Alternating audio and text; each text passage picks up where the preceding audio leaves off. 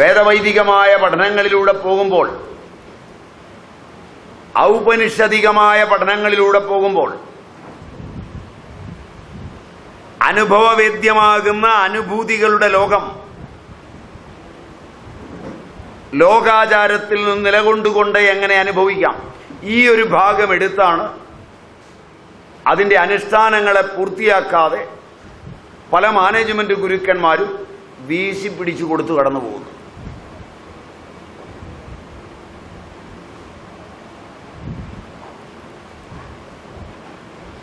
ഇത് പൂർവാഭിപ്രായം തന്നെയാണ്.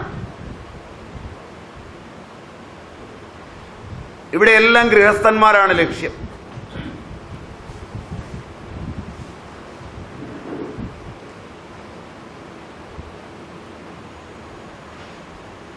ആ ലക്ഷ്യം വരാൻ കാരണം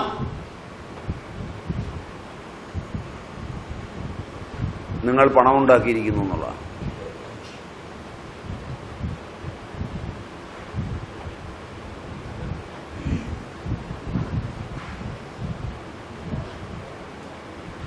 ഇവിടെ ഇവര് നിങ്ങളെ വിളിച്ചത് അതുകൊണ്ടാണെന്ന് തോന്നുന്നു അല്ലേ? ഫീസ് എത്രയാ? 1.5 ലക്ഷം. എത്രയാ 3 ദിവസത്തേക്ക് ഫീസ്? 1.5 ലക്ഷം. മണ്ടന്മാരാണോ നിങ്ങളെ വിളിച്ചത്? ഇത്രയും നേരം മനുഷ്യനെ ഇവിടെ പിടിച്ചിരുത്തുന്നതിന് കാശ് വാങ്ങിക്കണ്ടേ? സാധാരണ സ്റ്റാൻഡേർഡ് അനുസരിച്ച് ഇത്രയും മണിക്കൂറിന് പുതിയ മാനേജ്മെന്റ് ഗൗരവം അനുസരിച്ച് 10,000 മതിയോ? ഒരു ദിവസത്തേക്ക് 10,000. ഒരു മണിക്കൂറിന് 10,000 രൂപ കൂടുതൽ കിട്ടും. അമേരിക്കയിലൊക്കെയാണ് ഡോളർ കണക്കിനാണ് അല്ലേ? അത് കാശുള്ളതുകൊണ്ടാണ്.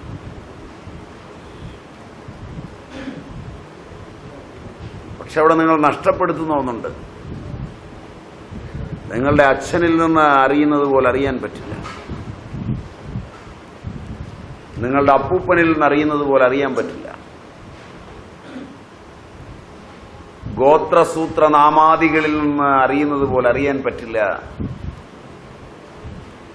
പാരമ്പര്യജന്യമായി കൈമാറി വരുന്നത് പോലെ അറിയാൻ പറ്റില്ല.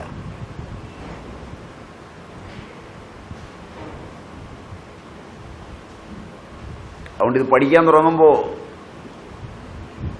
എവിടെയെങ്കിലും വെച്ച കണ്ണി മുറിഞ്ഞാൽ ആ പാരമ്പര്യത്തെ പ്രതിഷ്ഠിച്ചു വെച്ചുകൊണ്ട് പഠിക്കണം.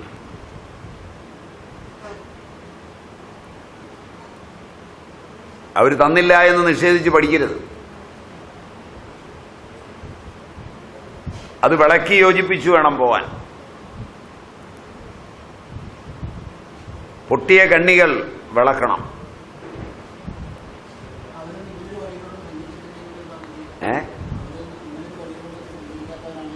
അവര് സഞ്ചരിക്കാത്ത പ്രശ്നമൊന്നുമില്ല. അവരുടെ സൂക്ഷ്മ ശരീരം സഞ്ചരിക്കും. നിങ്ങൾ സഞ്ചരിക്കുമ്പോൾ ഒരു ഉത്തോലകത്തിന്റെ മറ്റേ അറ്റത്ത് ചവിട്ടിയാൽ ഈ അറ്റം പൊങ്ങും. ഇതുവരെ ഇത് പഠിച്ചില്ല. നിങ്ങൾ സഞ്ചരിക്കാൻ തുടങ്ങുമ്പോൾ അവരുടെ സൂക്ഷ്മ ശരീരം സഞ്ചരിക്കും.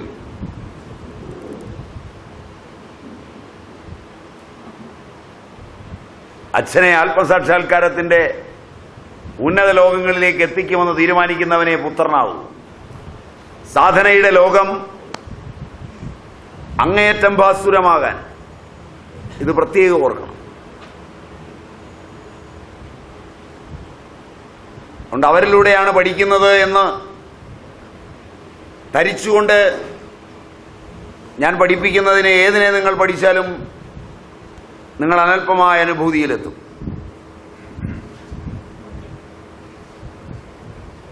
അതിനെ ദീക്ഷാ സമ്പ്രദായത്തിന്റെ അനന്ത മേഖലകളായി സങ്കല്പിച്ചാൽ പോലും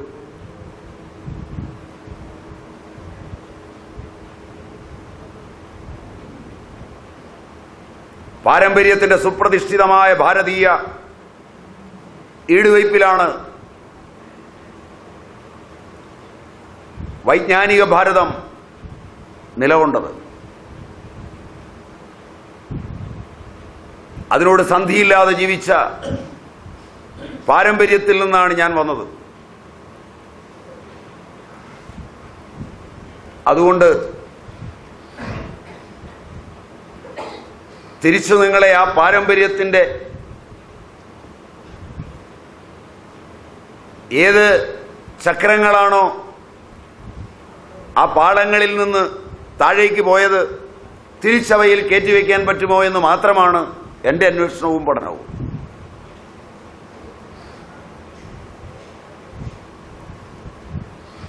മറിഞ്ഞത് ലേലത്തിൽ കിട്ടുമോ, ബാക്കി വിറ്റ് കാശുണ്ടാക്കാൻ പറ്റുമോ എന്നല്ല. അതുകൊണ്ട് നിങ്ങൾക്ക് ഇഷ്ടമാണെങ്കിൽ ശ്രമിക്കാം, ഇഷ്ടമല്ലെങ്കിൽ ഒരു തമാശ പോലെ വിട്ടുകളയാം. ക്ലിയറായെന്ന് വിചാരിക്കുന്നു.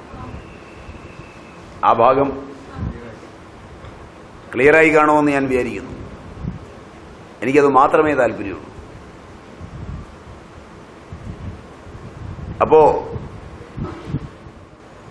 തന്ത്രങ്ങൾ കർമ്മകാണ്ഡത്തെയും ജ്ഞാനകാണ്ഡത്തെയും ഉൾക്കൊള്ളുന്നു എന്ന് പറയുന്നതും അതുകൊണ്ടാണ്. ആത്മീയ വികാസത്തിന് അനിവാര്യമായ, ജനങ്ങൾ ആദരിക്കുന്ന അതീവ രഹസ്യങ്ങളില്ലാത്ത സാധനകൾ, അപകടകരവും അതീവ രഹസ്യവും എന്ന് പൊതുവെ കരുതപ്പെടുന്ന അനിവാര്യമായ സാധനകൾ, സാധനയോട് അല്പമാത്രമായ ബന്ധമുള്ളതോ ഒരു ബന്ധവുമില്ലാത്തതോ ആയ ലോകസാധാരണങ്ങളായ ആഗ്രഹങ്ങളായ കാര്യങ്ങൾക്കു വേണ്ടി തന്ത്രത്തിന്റെ പേരിൽ വികലമായി രൂപപ്പെടുത്തിയിട്ടുള്ള സാധനങ്ങൾ, ഇവയെല്ലാം ഇതിലുണ്ട്. നേരത്തെ ഒരു തരത്തിൽ സൂചിപ്പിച്ചു എന്നാണ് എൻ്റെ ഓർമ്മ. കുറച്ചുകൂടെ വിശദമായി പറഞ്ഞതാണ്. ആത്മവികാസത്തിന് അനിവാര്യമായ, ജനങ്ങളെല്ലാം ആദരിക്കുന്ന, രഹസ്യമൊന്നുമല്ലാത്ത പൊതുസാധനകൾ. പക്ഷെ അതില് അത്ര തൃപ്തി വരില്ല.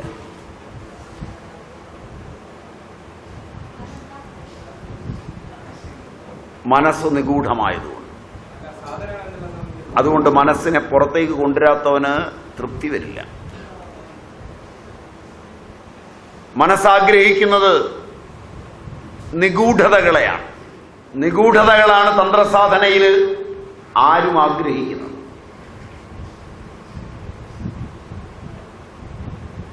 ഒരു മരുന്ന് ഒരു വൈദ്യനെടുത്ത് നിങ്ങൾക്കറിയാവുന്ന ഒരു സാധനം പറഞ്ഞാൽ ഉന്മേഷമുണ്ടാവില്ല. ഇത്രയുള്ളൂ. മനസ്സിലായില്ല? ഇത്രയുള്ളൂ. ഒരു ഉന്മേഷം ഉണ്ടാവില്ല. ശരിയാണോ?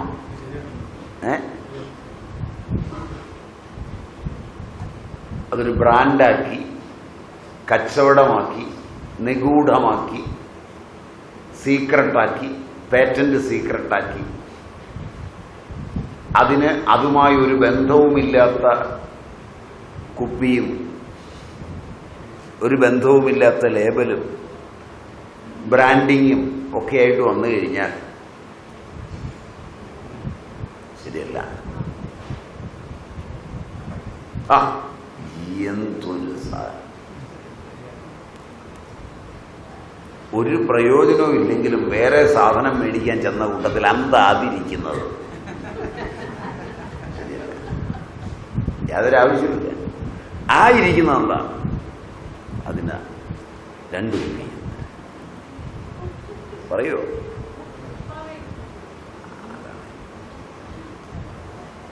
നിഗൂഢതകളിലാണ് മനസ്സ് തൃപ്തമാകുന്നത്.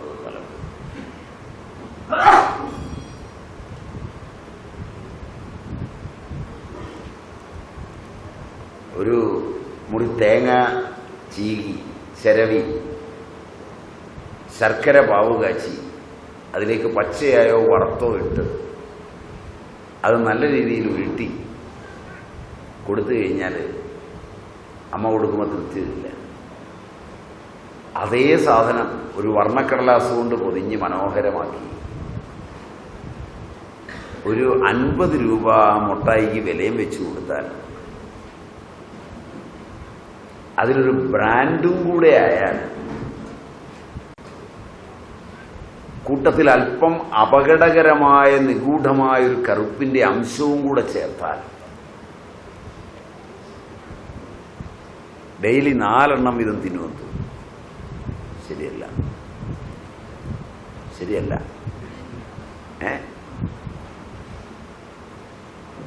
ആരോഗ്യം തരുന്ന, തൈറോയിഡിന് കേടുവരാത്ത, ശരീരത്തിന് സുഖമായിരുന്ന എത്രയോ കോട്ടൺ വസ്ത്രങ്ങളാണ് നിങ്ങൾ അണിഞ്ഞിരുന്നത്.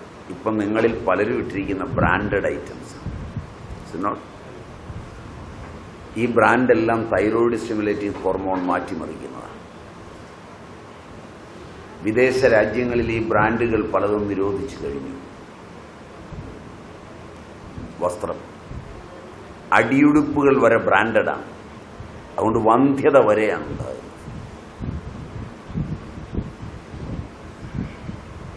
ഇങ്ങനെ പറഞ്ഞാൽ മനസ്സിലാവുമോ?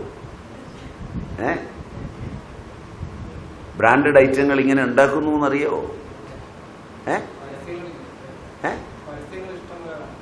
ഏത് ബ്രാൻഡഡ് ഇങ്ങനെ ഉണ്ടാക്കുന്നു? നിങ്ങളിടാൻ. പക്ഷെ നിങ്ങൾ ആദ്യം ഒരു കാര്യം ചെയ്യേണ്ട, മറുവശം നോക്കുക. ബ്രാൻഡഡ് ഐറ്റങ്ങൾ വളരെ അപകടകരങ്ങളാണ്. കാരണം നിങ്ങൾ ഒരിക്കൽ ഇട്ടാൽ അഡിക്ഷൻ വരുന്നുണ്ടോ? ഒരിക്കൽ നിങ്ങൾ അണിഞ്ഞാൽ അഡിക്ഷൻ വരുന്നുണ്ടോ? ആ സോപ്പ് തേച്ചാൽ പിന്നെ അത് കിട്ടിയില്ലെങ്കിൽ കുളിച്ച പോലെ തോന്നില്ല. ആ പേസ്റ്റ് ഇല്ലെങ്കിൽ പല്ല് തേച്ചതുപോലെ ആവില്ല. ആ ഡ്രസ്സ് ധരിച്ചില്ലെങ്കിൽ എനിക്ക് പുറത്തേക്ക് ഇറങ്ങാൻ പറ്റൂല എന്നാകുന്നുണ്ടോന്നാ ചോദിച്ചു. അങ്ങനെ ആകുന്നുണ്ട്. അതിന് അഡിക്ഷൻ എന്നാണ് പേര്. അത് വസ്ത്രത്തിന്റെ മേന്മയല്ല. അത് നിങ്ങളുടെ ഹോർമോണുകളെ, നിങ്ങളുടെ ക്രോമസോമുകളെ, നിങ്ങളുടെ ജീനുകളെ ബാധിക്കുന്നുവെന്നാണ് അത്. ഏതെടുത്ത് ദൂരെ കളഞ്ഞും വേറൊന്ന് ഇട്ടുപോകാൻ പറ്റിയിരുന്ന കാലത്ത് നാട്ടിലുണ്ടാക്കിയിരുന്ന തറിയിലെ തോർത്തും മുണ്ടും ഏതാണെന്ന് നോക്കാതെ ഏതുമെടുത്ത് മാറി ഉടുത്തുകൊണ്ട് പോവാം. ഇന്ന് വീട്ടിലിരുന്നാലും ബ്രാൻഡഡ് ഇട്ടില്ലെങ്കിൽ ഇരിക്കാൻ പറ്റില്ലെന്ന് തോന്നുന്നുണ്ടോ?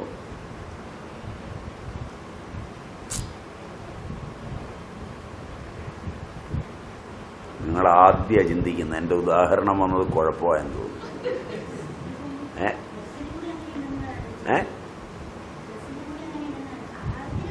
ആഹാരമല്ല, നിങ്ങളുടെ ഡ്രസ്. നിങ്ങളുടെ കുട്ടികൾ സ്കൂളിൽ നിന്ന് വന്നാൽ അതേ ബ്രാൻഡേ വീട്ടിലിടുകയുള്ളൂ. നിങ്ങൾ ഈ കാണുന്ന ഖദർധാരികളിൽ 99% ഇട്ടിരിക്കുന്ന ഖദറല്ല, ലിനനാണ്. ഏറ്റവും വില കുറഞ്ഞ ലിനൻ ഒരു ഷർട്ടിന് മേടിക്കുന്ന 1.5 മീറ്റർ മേടിക്കുമ്പോൾ 2000 രൂപയിൽ കൂടുതൽ വിലയാവും.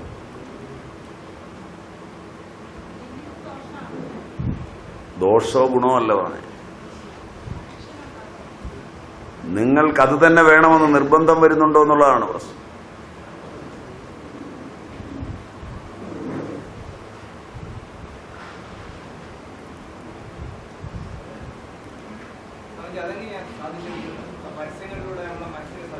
അല്ല, അതിനകത്ത് ചേർന്നിരിക്കുന്ന ചേരുവകളാണ്.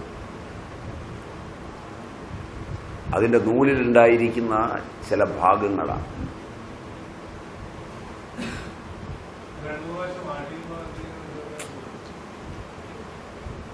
ഇല്ല, അതിന് കമ്പനികൾ ചെയ്യുന്നത്, വിദേശ കമ്പനികൾ ചെയ്യുന്നത് 1 ലക്ഷത്തിന്റെ ഓർഡർ കൊടുത്താൽ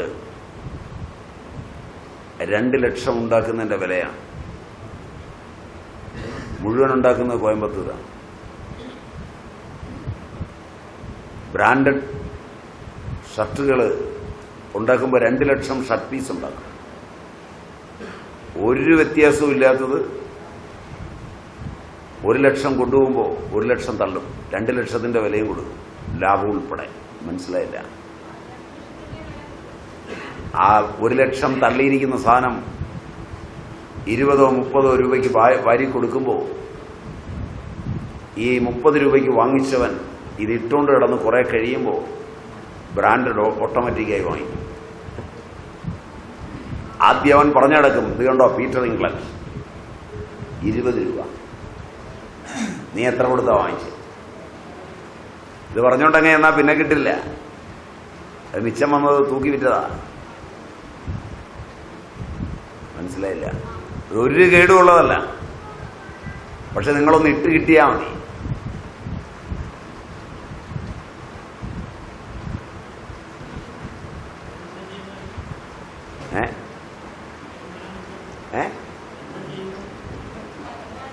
ഇതിന് പരിഹാരോ? അതിനകത്ത് ഒരുപാട് ടെക്നോളജി ഉണ്ട്. അത് നിങ്ങൾ അതിന്റെ ഗവേഷണ പ്രബന്ധങ്ങളിൽ കയറി നോക്കുക. നിങ്ങൾക്കിപ്പോൾ ഗവേഷണ പ്രബന്ധങ്ങളിൽ കയറാനൊന്നും പ്രയാസമില്ല. നിങ്ങളുടെ വീട്ടിലൊക്കെ കമ്പ്യൂട്ടറും കുഴപ്പമൊക്കെ ഇരിപ്പില്ലേ? എൻ്റെ കയ്യിൽ ഇതൊന്നുമില്ല, യാതൊരു സംശയവും വേണ്ട.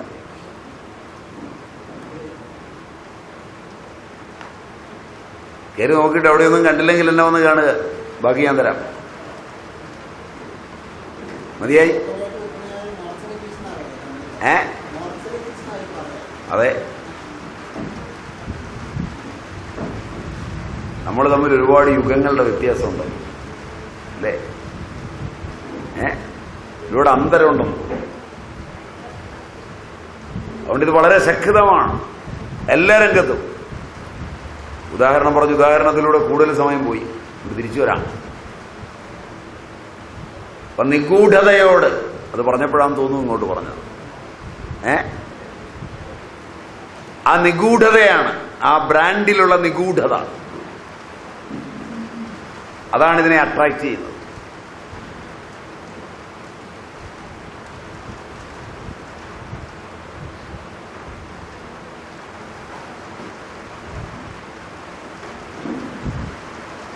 ഒരു തുറന്ന മൈതാനത്ത് വെച്ച് ഒരു പന്തുകളി കാണാനായിട്ട് നിങ്ങൾ പോവില്ല, മനസ്സിലായില്ല? അതിൽ മോശമായ ആളുകളെ വരുത്തി ടിക്കറ്റ് വെച്ചാൽ പോയി അവിടെ ഇരിക്കുകയും ചെയ്യും.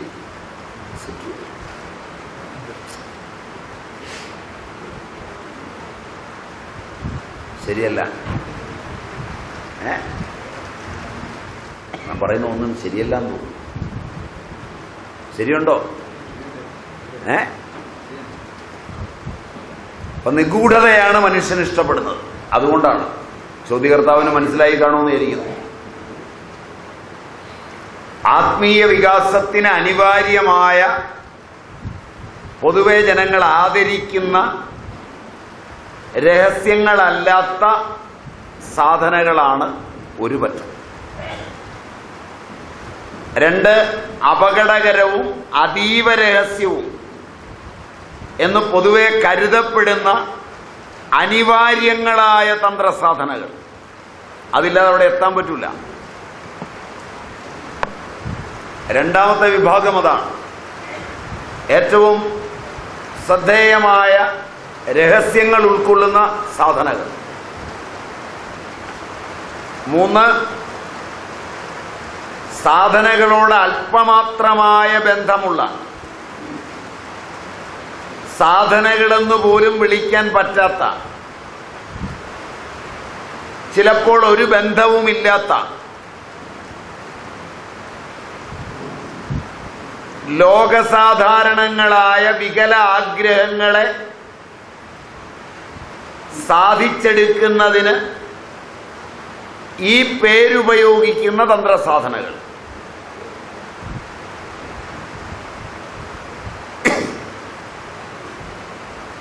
ഏതൊന്ന് ലോകത്തിന് ഇഷ്ടപ്പെട്ടാലും അതിൻ്റെ പേരിൽ കച്ചവടത്തിന് ആഗ്രഹിക്കുന്ന വണിക്കുകളുണ്ട്. മനസ്സിലായതെന്നറിയില്ല. കാലാകാലങ്ങളിൽ ഇത്തരം വണിക്കുകൾ പ്രബലന്മാരാണ്. അവരുടെ കൈകളിൽ വെച്ചാണ് ഇത് മാറിമറിയുന്നത്. അതാണ് തിരിച്ചറിയേണ്ടത്. ഇതിലെ വണിക്കുകളെയാണ് തിരിച്ചറിയേണ്ടത്.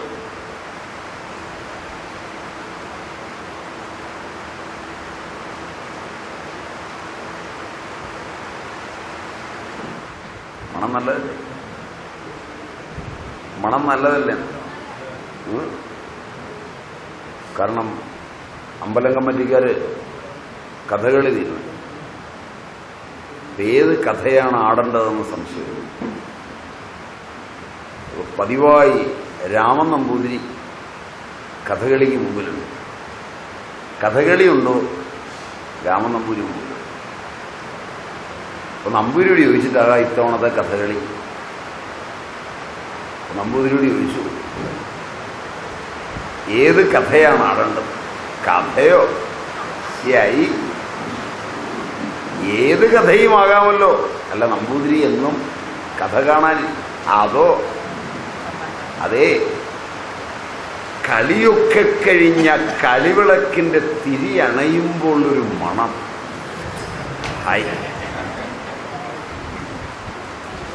അത് അനുഭവിച്ച പാരമ്പര്യം ഉണ്ടെങ്കിലാ മനസ്സിലായത്. അപ്പോ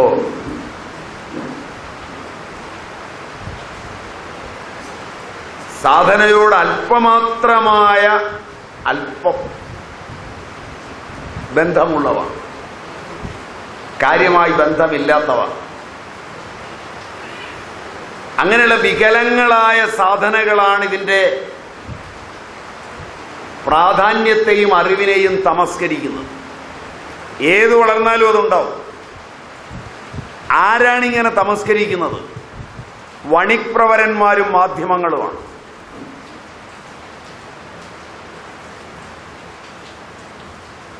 വണിക്പ്രവരന്മാർ ഈ സാധനം ഇന്നതാണെന്ന് പറഞ്ഞ് പരസ്യം കൊടുത്ത് കാശ് കൊടുത്തു. മനസ്സിലായില്ല? മാധ്യമങ്ങൾ നല്ല പോലെ സഹായിക്കും. അത് കഴിഞ്ഞ് ഇതിന് തകർച്ചയുണ്ടാകുമ്പോൾ അതിനെ എതിർത്ത് ലേഖനങ്ങൾ. മനസ്സിലായില്ല? അതിനും കാശ് കൊടുക്കും. അത് കഴിയുമ്പോൾ ഈ കാശ് മേടിച്ചവനോ ഈ വൈകല്യം കാണിച്ചവനോ അല്ല ശിക്ഷിക്കപ്പെടുന്നത്. അവൻ ഏതിന്റെ പേരിൽ പരസ്യം കൊടുത്തുവോ ആ മൗലികമായ ധർമ്മമാണ് ശിക്ഷിക്കപ്പെടുന്നത്.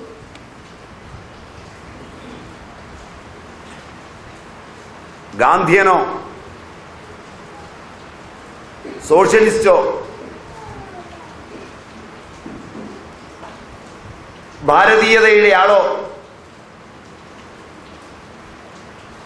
കരിഞ്ചന്തയോ പൂഴ്ത്തിവെപ്പോ കൊലക്കേസോ കള്ളത്തരമോ വെട്ടിപ്പോ തട്ടിപ്പോ അഴിമതിയോ നടത്തിയാൽ ആ വ്യക്തിയല്ല ശിക്ഷിക്കപ്പെടുന്നത് ഇന്ത്യയിൽ. അയാൾ ഏതിനെ പിൻപറ്റി നിന്നുവോ അതാണ് ശിക്ഷിക്കപ്പെടുന്നത്. മനസ്സിലായില്ല? അങ്ങനെയാണ് മൗലികമായ ധർമ്മങ്ങൾ നശിക്കുന്നത്. അതുകൊണ്ട് ഒരുവൻ സാമ്പ്രദായികതയിലേക്ക് പ്രവേശിക്കുന്നതിന് മുമ്പ് അവൻ എത്ര കേസിൽപ്പെട്ടിട്ടുണ്ട്, എത്ര അക്രമങ്ങളുണ്ട്, എത്ര അവന്റെ പാരമ്പര്യം അപകടം പിടിച്ചതാണ് എന്നറിഞ്ഞു മാത്രമാണ് പൗരാണികർ സാധന ചെയ്യാൻ അനുവദിച്ചിട്ടുള്ളത്. മനസ്സിലായോ എന്നറിയില്ല. ഇതൊക്കെ വളരെ പ്രധാനമാണ്. അങ്ങനെയുള്ള ഒരു നിയമനിർമ്മാണം രാജാക്കന്മാരുടെ കാലത്തുണ്ടായിരുന്നു. മതമായാലും അനുഷ്ഠാനങ്ങളായാലും തോന്നിയ പോലെ എല്ലാവർക്കും കയറി നിരങ്ങാവുന്നതായിരുന്നില്ല.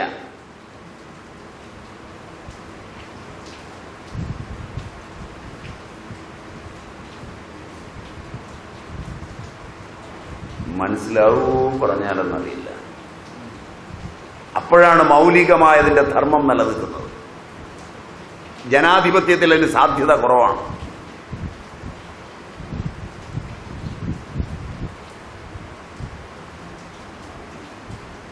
അതുകൊണ്ട് ഉത്തമം ഇതിന്റെ ആദ്യത്തെ രണ്ടെണ്ണം തെരഞ്ഞെടുത്ത് ആ വഴിയിലാണ് പോകുന്നതെന്ന് അന്യരെ അറിയിക്കാതെ പോകുന്നതാണ് ഉചിതം. എന്നാലും സംശയം തോന്നുന്നവർ വന്ന് പിടിക്കാതിരിക്കില്ല. പിടികൊടുക്കാതിരിക്കാൻ കഴിയുമെങ്കിൽ മാത്രമേ ചെയ്യാവൂ എന്ന് മാത്രം.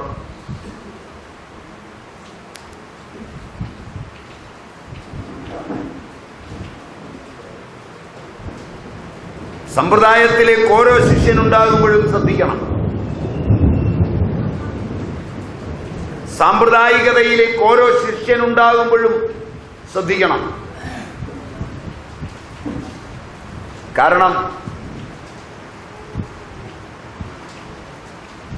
ഒന്ന് വന്ന് നമസ്കരിച്ച് അപ്പുറത്തൊരു സ്കൂൾ തുടങ്ങാം.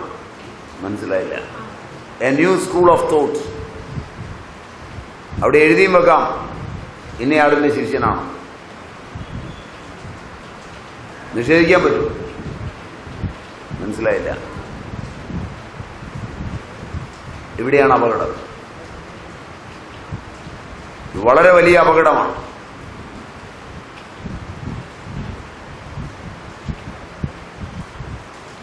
ഈ അപകടങ്ങളാണ് ആദ്യം അറിയേണ്ടത് സാധന ഫലിക്കണമെങ്കിൽ. അതുകൊണ്ട് ഞാൻ ആദ്യം പറഞ്ഞു തരുന്നത് അപകടമാണ്. നിങ്ങൾക്ക് ഇഷ്ടപ്പെട്ടില്ലെങ്കിലും കൂടി ഒന്ന് പ്രോത്സാഹിപ്പിക്കുകയല്ലേ വേണ്ടേ ഞങ്ങളെയൊക്കെ. മനസ്സിലായില്ല? കുറഞ്ഞ പക്ഷം മുന്നോട്ട് പൊക്കോ, ഞാനുണ്ട് പുറകെ എന്ന് പറഞ്ഞില്ലെങ്കിലും മുന്നോട്ട് പൊക്കോന്നെങ്കിലും പറഞ്ഞുകൂടെ?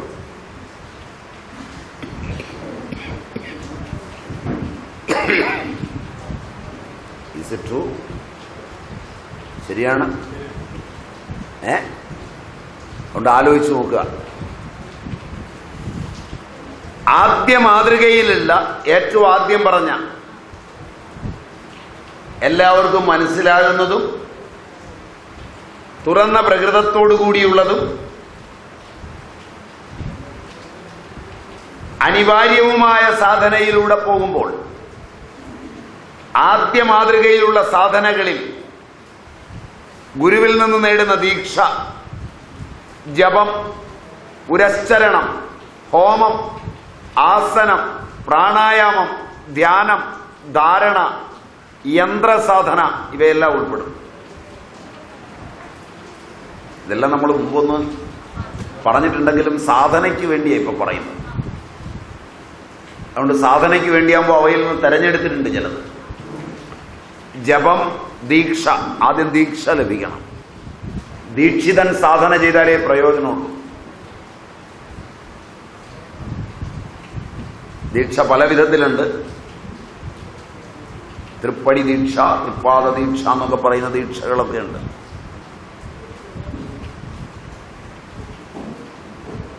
മന്ത്രം ശ്രവണം ചെയ്ത് ദീക്ഷ വാങ്ങിക്കുന്ന സമ്പ്രദായങ്ങളുണ്ട്. ഇപ്പൊ ഗുരുവിൽ നിന്ന് ദീക്ഷിതനാവണം. ആദ്യം ദീക്ഷിതനാവാനും പണിയുണ്ട്.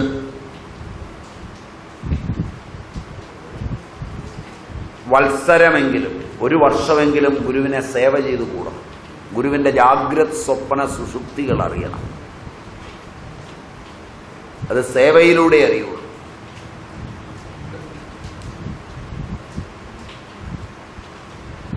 ഗുരുവിന്റെ കാരണ ശരീരത്തില് ഗുരുവിന് പോലും ബോധ്യപ്പെടാതെ കിടക്കുന്ന കാര്യം ചെയ്തു എന്ന ചെയ്യുന്ന കാണുമ്പോഴേക്ക് ഇതാണല്ലോ എന്നെ അസ്വസ്ഥമാക്കിയത്, നീ ചെയ്തിട്ടുണ്ട്.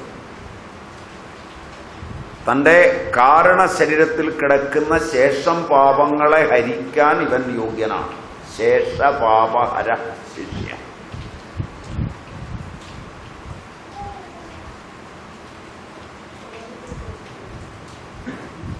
പുന്നാമ നരകോത്രാദീതി പുത്ര ശേഷപാപഹര ശിഷ്യ. കൊള്ളാവോ ഈ സങ്കല്പമൊക്കെ? ഈ കൊള്ളാവോ ഈ സങ്കല്പമൊക്കെ? ഈ മൂരാച്ചിത്തരമൊക്കെ നല്ലതാണ്.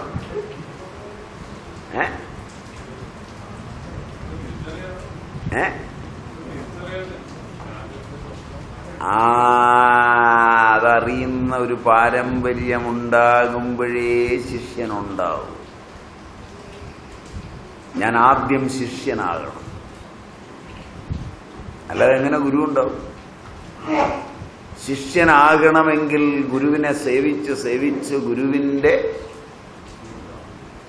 ജാഗ്രതല്ല, ഗുരുവിൻ്റെ സ്വപ്നവുമല്ല, സുഷുപ്തി തലം വരെ.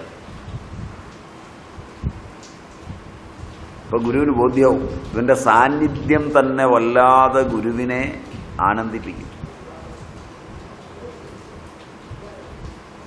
അപ്പൊ തൻ്റെ ജാഗ്രത് സ്വപ്നങ്ങളിലിരിക്കുന്ന അറിവ് മുഴുവൻ ആ തലയിൽ ഏറ്റിക്കൊടുക്കും ഒരു സ്പന്ദം കൊണ്ട്.